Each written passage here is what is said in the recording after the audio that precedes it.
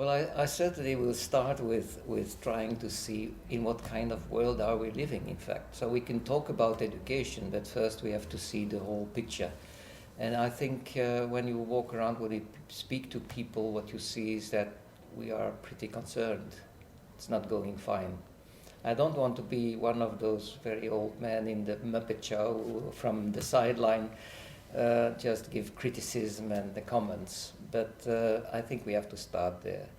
And what we see, there are a lot of problems in terms of mental health, in terms also of how the economy is running. We see the challenges that we have in terms of the climate and worldwide also the gap, the poverty gap that is growing. All these things are there. When you open the papers, you are confronted with many aspects that are really very worrying. At the same time, we see that policy is not really able to cope with it. Even at the world level, when you see what happens in Aleppo, this is really terrible. So that's one picture, and I think we can't look away from that. But at the same time, again and again for me, it leads to the conviction that, yes, there is a way out. There is a way out. Again and again, I think these people that make this possible or other things impossible, somewhere have to be educated. It's education that on the longer run will change the world. And so, okay, when you look at all this again and again, I then start to think about a way out. Indeed, how can we solve that? And I think again and again, I think it's education. Education is the way out, because that's the place where human beings are made, if you want. And I include certainly what happens at home, and family is part of all that. So that's our business, in fact. We shape people together with them in partnership. They are in fact the essence. They are shaped in a way that they shape themselves. That's part of how we deal with that. And there, for me, it's very clear that there are several dispositions and competences that really should be addressed in a more explicit way than we do today. I need to just do that. Okay.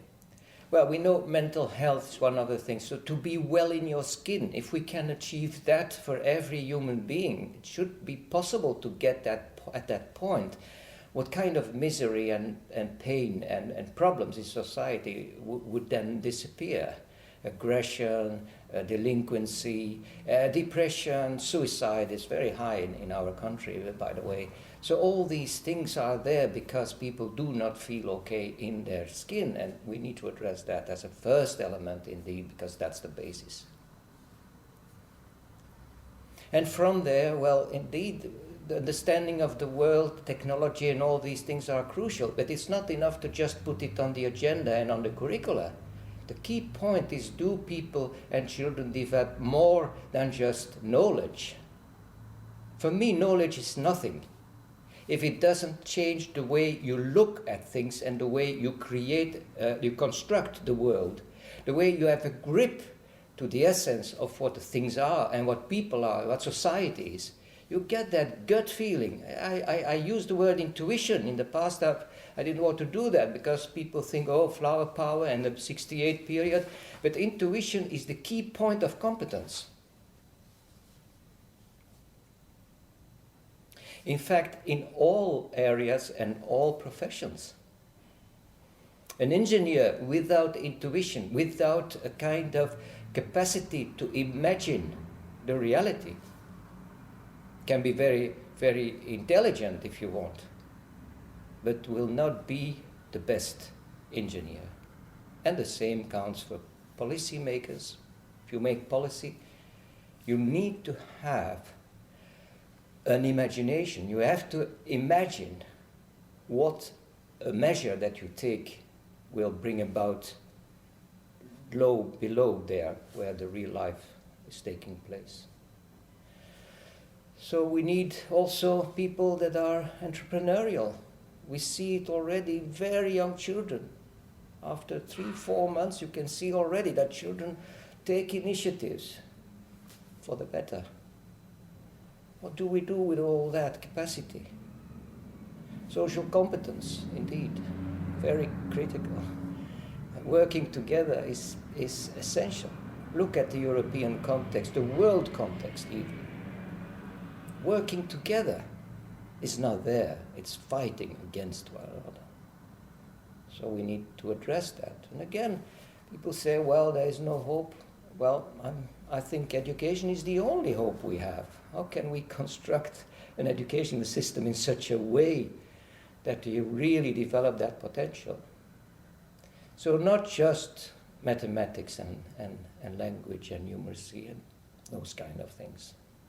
The other things are at least as important, if not even more. Yeah, and then comes the question, can education do it? And I think we've learned so much the last decades. There's so much expertise available worldwide that makes very clear what we have to do. And our project, Experiential Education, certainly has contributed to simplifying the problem and the solution. Because what we say is very simple. We say, make sure that every child is having high levels of well-being and involvement while the child is in your educational setting. Simple. Just two elements. If you have the woolen ball, you just take these two ends and then start to unravel it. So we see a child with low level of well-being, and we know then we have to address that. We have to ask ourselves, why is it low here in this setting?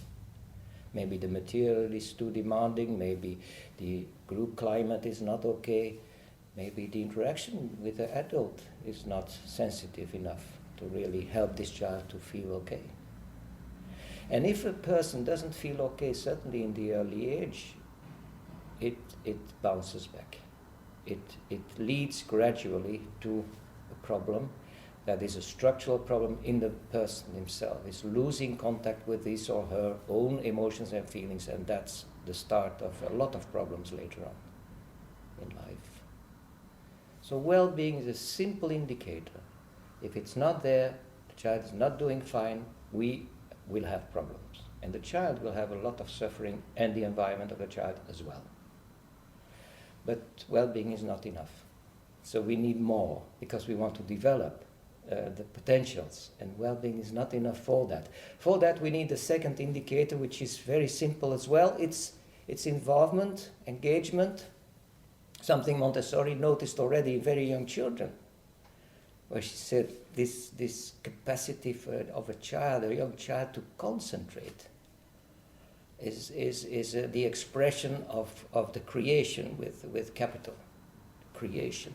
Force of creation is there in the child that is concentrated. I've seen that concentration in my own children very early, my grandchildren very early, the second week already. I could say this is involvement, probably because I'm obsessed with that idea, but you can spot it. Every parent enjoys it when she sees the child really engaged in play and surprising us again and again with what she or he is doing.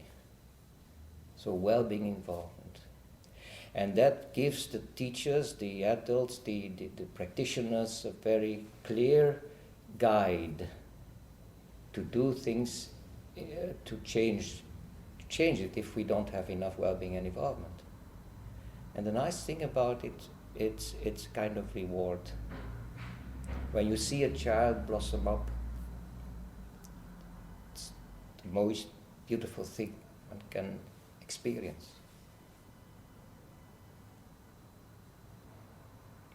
When you see children concentrate and having synergy, the flow of energy, that's life. You are touched, and you know that's all right. You know that is all right. You can't do more and better if you have it. Of course, it will have implications for the educational structure and how we deal with children every day. It means that they need a rich environment and not just slices and pieces of that reality. We know already from the new school movement with Dewey and Frenet and others, that the reality is the real master. That's where, if you have a rich environment, half of the job is done, because children have an exploratory drive and will engage in trying to understand and grasp things. So a rich environment is there. And we see a rich environment certainly in the early years, but gradually you ask yourself, where is the reality? The real thing, complex thing. And then we have indeed an open framework approach, like ISCOPE has advertised and developed. An open framework approach means that children have room to take initiative in that rich environment. And it certainly doesn't mean that the adult has a low profile and has to walk away and let it happen and be permissive, etc. No, because an open framework means, like HighScope describes it, high level of initiative of children and of adults, but not separate. The adult is not sitting somewhere and having a lot of initiative there and children elsewhere. No, together. It means that you cannot just plan every step that you will have. You make it together. Together with children, you are open for that world. They want to explore that. So you inspire one another. If you look at some educational processes, if you can say that there has been a high influence of both, then we are in the open framework. So that you influence one another. And that leads for me to the idea that we absolutely underestimate children. And strange enough, we not only underestimate young children, but also the youngsters. And the system is not developing them in the right way. So we can be very pessimistic about the future, but I predict that at a certain point the youngsters will bypass the education system. There is enough on the internet to do. They don't need the education system if they think. It would be a pity, because we need a firm interaction between all the generations. So they will make their own school. They can, if they can start doing it today. But that's not the ideal world. We need to change the system itself to make sure that they will remain and flourish and make the school together with us. And finally, I think when I think about the role of the adult, well, is huge in terms of interaction, the sensitivity, stimulating interventions, and certainly giving autonomy, and the relation. Everything in education is based on a good relation. We can't skip that. If it's not there, you will lose a lot of power and energy. In fact, together you lose that energy. Where do we learn all these things? Numeracy and literacy. It's just a lower thing on that ladder. It's really, it's not the first thing. But it's important as well. But it's part of the exploration of the world and feeling stronger. That's what we need.